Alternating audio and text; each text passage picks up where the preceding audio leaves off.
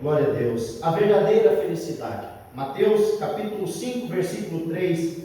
Bem-aventurados os pobres de espírito, porque deles é o reino dos céus. Bem-aventurados os pobres de espírito, porque deles é o reino dos céus. Santo Deus, nós te louvamos, porque estamos diante da tua palavra essa que é inerrante, palavra eficaz, leal, verdadeira, eterna, palavra que traz luz ao nosso entendimento. Fala ao nosso coração nessa noite, meu Pai, assim oramos no nome de Jesus, amém. Glória a Deus. Queridos, hoje eu quero falar com vocês sobre a verdadeira felicidade. Nós iniciamos uma série de sermões e estudos em Mateus capítulo 5, e no culto passado nós falamos sobre o versículo 1 e 2, a qual o Senhor Jesus Cristo sobe ao monte, se assenta e começa a ensinar o seu povo. Ele olha para o povo, ele sabe o que o povo precisa, ele se assenta na relva, faz todo mundo sentar, e então Cristo começa a ensinar. E o que Cristo está ensinando? É o que nós vamos aprender hoje. São vários ensinamentos aqui conhecidos como as bem-aventuranças. A palavra bem-aventurado, para que você aprenda, ela significa mais do que feliz. Por isso, o título desse sermão é a verdadeira felicidade. Os irmãos vão concordar comigo que a busca máxima dos seres humanos é a felicidade. E a filosofia do mundo é essa: tudo é válido se me faz feliz, tudo é lícito se me faz bem, e eu então corro atrás de todas essas coisas para eu ser feliz. E os seres humanos que não compreendem a palavra de Deus são capazes de fazer qualquer coisa para serem felizes. E assim como Salomão buscou a felicidade, esses homens e mulheres as buscam nos mesmos lugares. Se você abrir a sua Bíblia em Eclesiastes capítulo 2 e ler o capítulo 2 de Eclesiastes, você vai ver que Salomão buscou a felicidade em 4 coisas. Ele buscou a felicidade na bebida, mas não encontrou lá.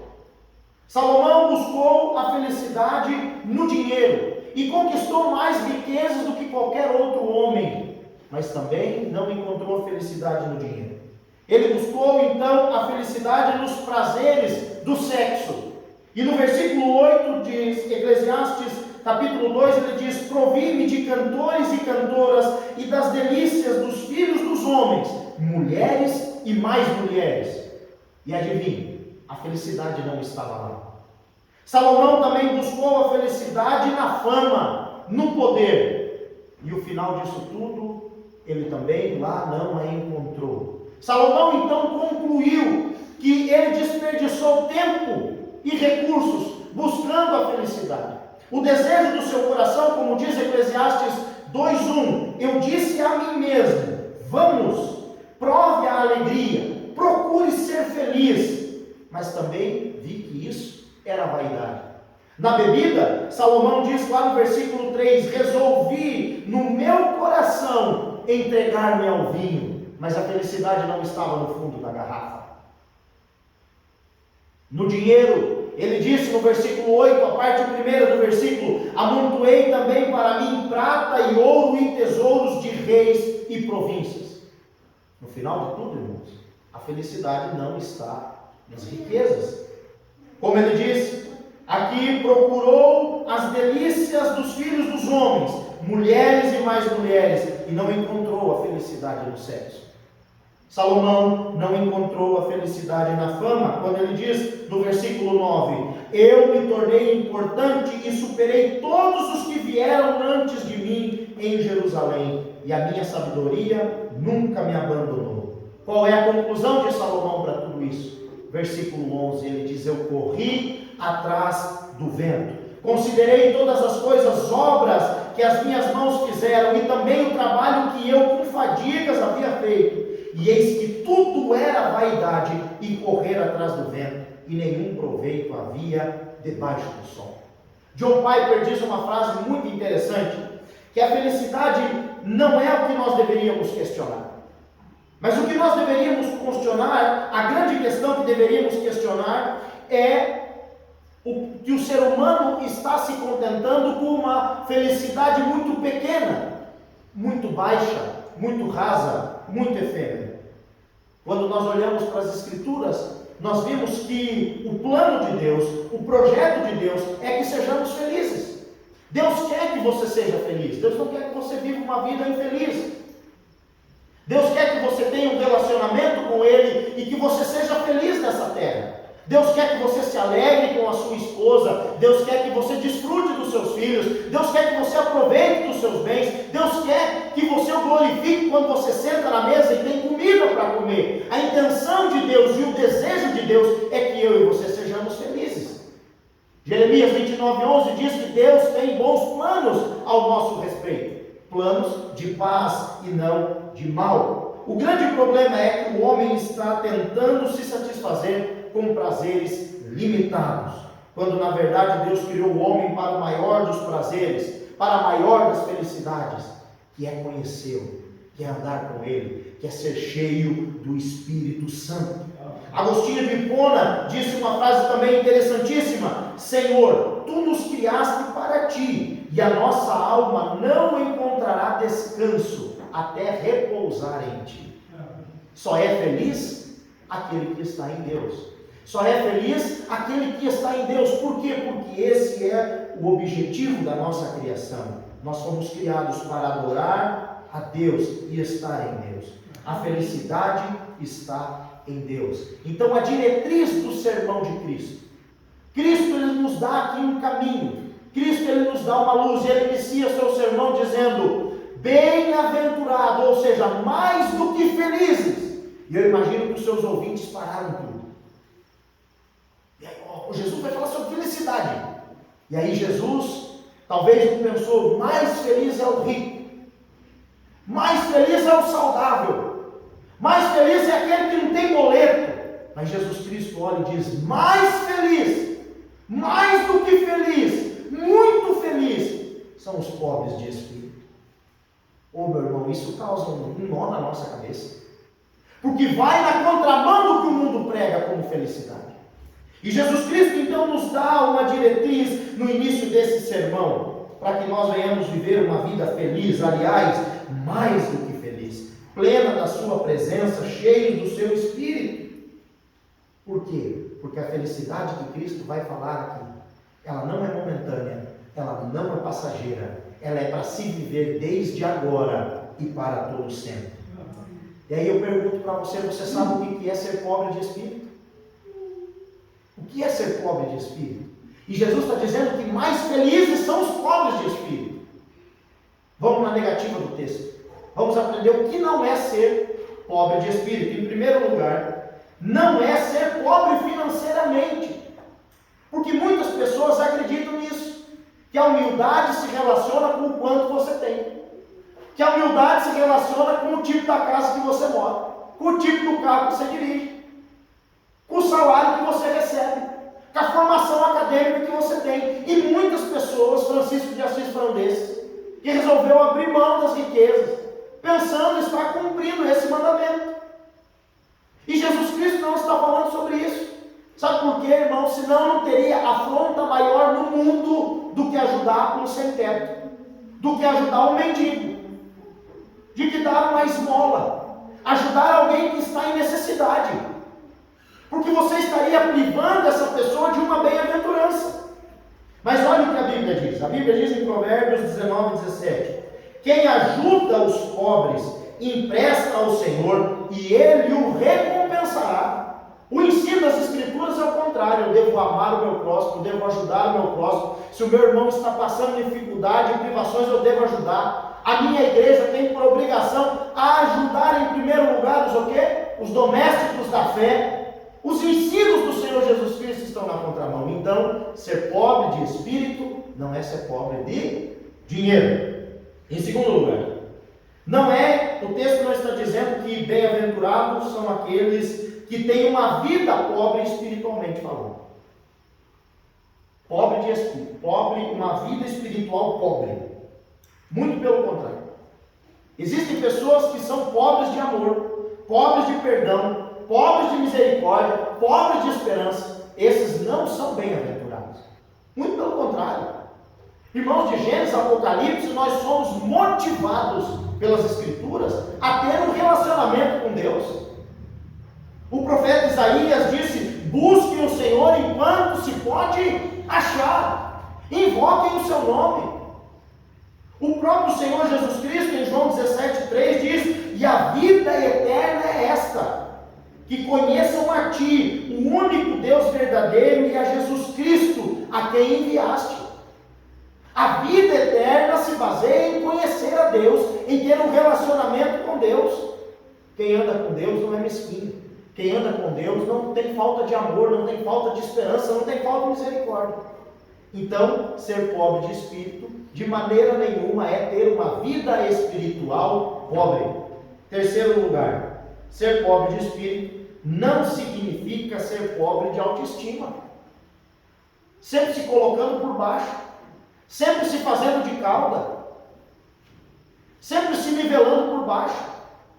Não, quando nós olhamos para a Escritura, todas as vezes nós vemos um Deus que nos motiva, um Deus que nos conforta, um Deus que diz: olha, levanta, seja forte e corajoso, não temas, eu estou contigo. Então, ter uma autoestima achatada não significa ser pobre de espírito. Então, o que é ser pobre de espírito? Em primeiro lugar, ser pobre de espírito é a base para todas as outras virtudes das bem-aventuranças.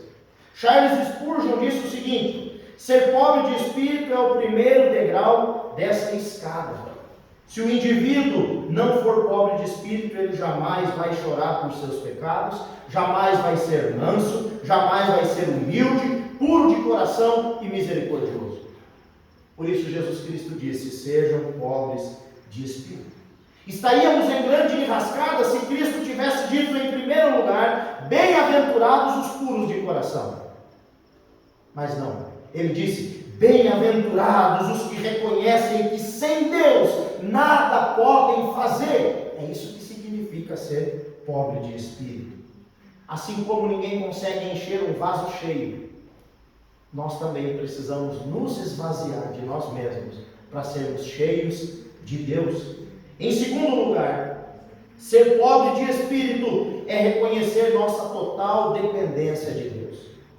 Ah, meus queridos, existem muitos crentes que não conseguem reconhecer que dependem única e exclusivamente de Deus.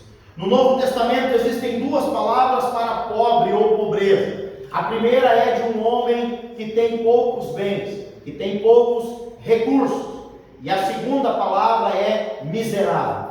Aquele que não tem nada, aquele que tem falta de tudo. E quando Cristo escreve aqui, Cristo fala, e Mateus escreve, ele usa essa segunda. Jesus não está dizendo que pobre é aquele que tem alguma coisa, mas sim aquele que não tem absolutamente nada. E obviamente, mais uma vez eu reafirmo, não é uma pobreza financeira, porque Jesus Cristo não está dizendo: bem-aventurados são os pobres, porque deles é o reino dos céus. Não, Jesus Cristo disse: bem-aventurados os pobres de espírito, porque deles é o reino de Deus. Isso significa que o homem precisa se achegar a Deus e reconhecer que necessita dele por inteiro. É aquele sentimento de que eu não mereço. Ô meus irmãos, se você chega a Deus achando que você tem algum mérito, você não é pobre de espírito. Pobre de espírito são aqueles que se achegam a Deus reconhecendo que não tem mérito algum. Precisamos nos achegar a Deus como um profeta em sua oração que disse: ai de mim, Senhor. Se você olhar para o livro de Isaías, até o capítulo 6, Isaías vem dizendo: ai de vós, mas quando ele tem um encontro com Deus, ele diz: ai de mim, porque eu sou pecador, e eu habito no meio de um povo de impuros lábios. A nossa oração precisa ser como a oração do publicano em Lucas 18, versículo 13, que de pé não conseguia nem olhar para o céu, batia no peito, dizendo: ó Deus, tem misericórdia de mim, porque eu sou pecador. A nossa oração precisa ser como a do apóstolo Paulo em Romanos 7, 24, que diz: miserável homem que sou, quem me livrará o corpo desta morte? Isso é ser pobre de espírito. É reconhecer que sem Deus nada nós podemos fazer. Hernandes Dias Lopes disse uma frase que me tocou muito: ser pobre de espírito é expor as próprias feridas ao óleo terapêutico do médico dos médicos. É chegar e dizer: Senhor, eu estou aqui e preciso de Ti. Faço mais uma pergunta: por que eu devo ser pobre de espírito? Você já se fez essa pergunta? Você já sabe o que é ser pobre de espírito? E agora, por que é que você deve ser pobre de espírito? Porque se você não for, Jesus Cristo jamais será precioso para você. Se você não for pobre de espírito, a graça nunca será atraente para você. Você jamais será cheio de Deus, pois estará cheio de si mesmo. Eu preciso ser pobre de espírito, porque senão não vou entrar no reino dos céus. O reino dos céus pertence aos pobres de espírito. Sabe por que as pessoas não se entregam a Jesus? Porque Jesus não é atraente para elas. Porque Jesus não é vantajoso para elas. Porque elas não são pobres de espírito. Porque elas pensam que elas são o que elas não são. A felicidade das pessoas é rasa e vazia, limitada e desprezível. Sabe quando você reconhecerá a presença e a pessoa e a preciosidade de Jesus Cristo? Quando você for pobre de espírito. Irmãos, o apóstolo Paulo disse que tudo que ele tinha, e olha que Paulo tinha um gabarito, irmãos. O cara era mais inteligente que eu, você, qualquer um que vai assistir esse vídeo. Sentou aos pés de Gamaliel. O cara evangelizou a Ásia Menor praticamente sozinho. Um leão, desbravador. O apóstolo Paulo olhou para o seu currículo e disse: eu considero isso aqui esterco. Precioso para mim é Cristo. E foi essa palavra que ele usou. Tudo que eu tenho, tudo que eu sou, tudo que as pessoas pensam que eu sou, eu considero como esterco. Porque precioso para mim é Jesus. Isso é ser pobre de espírito. E Senhor, o que eu mais tenho de precioso na minha vida é o Senhor. É o Senhor. Como saber então que eu sou pobre de espírito? Em primeiro lugar, você pode se considerar pobre de espírito quando toda a base da sua aceitação por Deus estiver nos méritos do Senhor Jesus Cristo. Enquanto isso não for verdade na sua vida, você não é pobre de espírito, você é iludido. Deus não escolheu você porque você fala bem, meu irmão. Ele não precisa de pessoas que tenham uma boa oratória. Moisés era pesado de língua. E mesmo assim Deus o usou para libertar o seu povo. Deus não escolheu você porque você é grande e forte. Deus escolheu Davi, que era fraco e pequeno, o último dos irmãos. E esse foi o homem segundo o coração de Deus. Nós devemos olhar e dizer o seguinte: eu não tenho parte na minha salvação.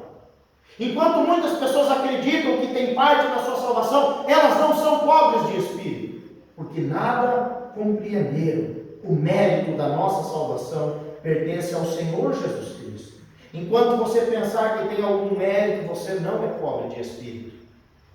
Em segundo lugar, você precisa se considerar pobre de espírito quando estiver, você pode, aliás, se considerar pobre de espírito quando você estiver em constante busca por Deus. Um pobre de espírito, ele está buscando o Senhor todos os dias. E quanto mais ele busca, mais ele vê que ele é pequeno. Quanto mais perto de Jesus ele está, ele fala como João Batista em João 3,30, convém, importa que eu diminua e que ele cresça. Amém. Quanto mais nós buscamos de Deus, mais nós vemos que nós somos pobres de espírito. Eu encerro fazendo outra pergunta para você. Você sabe qual é a promessa que Jesus Cristo tem para os pobres de espírito? Veja no texto junto comigo. Bem-aventurados os pobres de espírito, porque deles é o reino dos céus. Amém.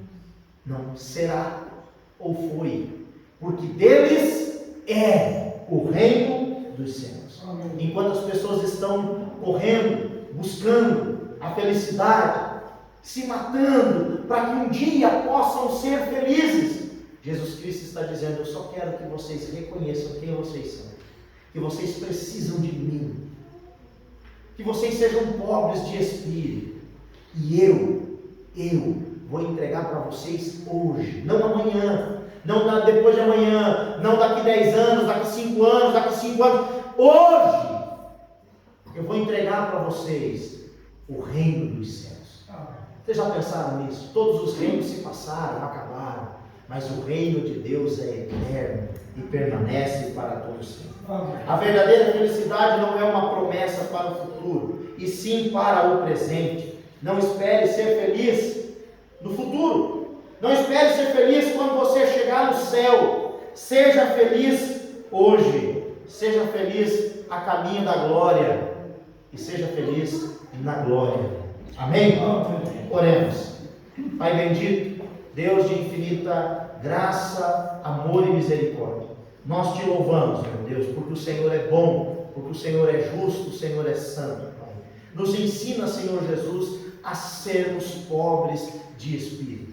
Que nós venhamos, ó Deus, reconhecer que sem o Senhor nada podemos fazer e que não há nenhum mérito em nós, mas tudo vem de Ti. É o Senhor quem opera em nós, tanto querer como efetuar. Assim oramos em nome do Pai, do Filho e do Santo Espírito de Deus. Amém.